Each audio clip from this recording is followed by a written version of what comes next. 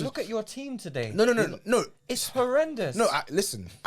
Conte's not done a good job, but he's not Jesus, right? He's not going to make Eric Dyer a top centre back. He's not going to make some.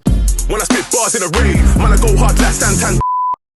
Where are you at with Conte? Because obviously you fly the flag for Conte, but now he's had it's a full season of this. It's coming to a good sample size in regards to how he's played. You got the off the pitch stuff as well. You've got his general preference and treatment of players. And I know you've been on previous pods and you've kind of been like, the club need to support him, the club need to back him. But it's that conversation we always have. Is the manager, and I guess we can just talk about if that's fair or not, is the manager getting the best out of the current players that they have? So the first answer is no.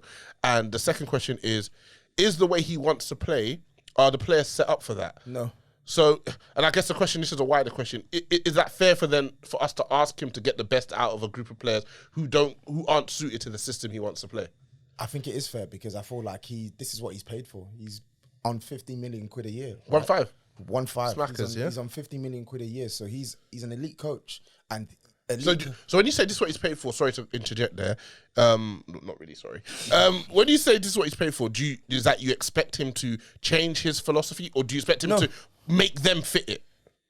Is that reasonable? I expect a bit of both, right? Okay. I expect that if your philosophy isn't working, I expect that you can tweak your philosophy to accommodate certain players. And fundamentally, I expect that you have to play to your players' strengths. Yeah. And that's something he's not done this season. He did that towards the back end last year. He's not done that this season, in my opinion. He's not played to our strengths. I think we've seen a lot of players.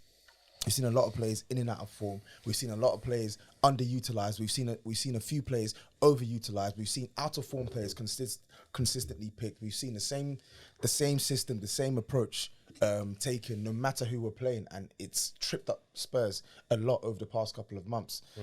You know my views on Conte. Like I got a lot of time for Conte, but generally now with the situation as it is, it's a stick or twist sort of situ. And to be honest, I feel like we should twist.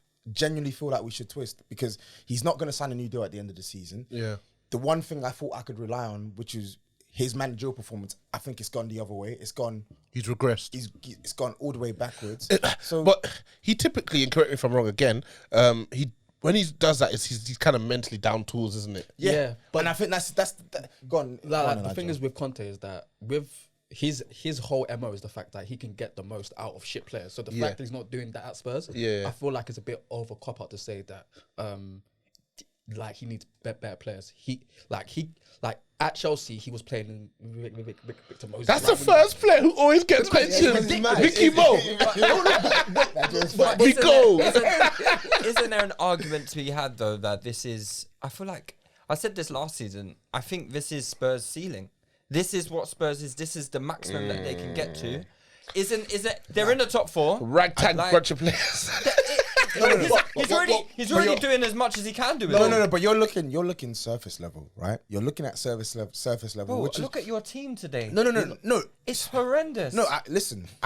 Conte is not done a good job, but he's not Jesus, right? He's not going to make Eric Dyer a top centre back. He's not going to make some. I get that part. Nobody blames Conte for the some of the goals that Spurs concede. Yeah. What we blame Conte for is our approach in those games. I agree. I watched AC Milan.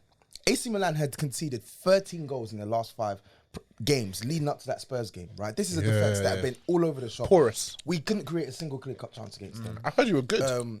We weren't bad. Like I felt like on the ball. You're not gonna get into no definitions war with me.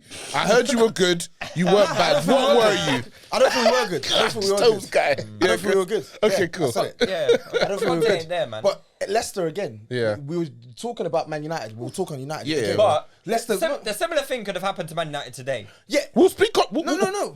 Elijah. Lewis.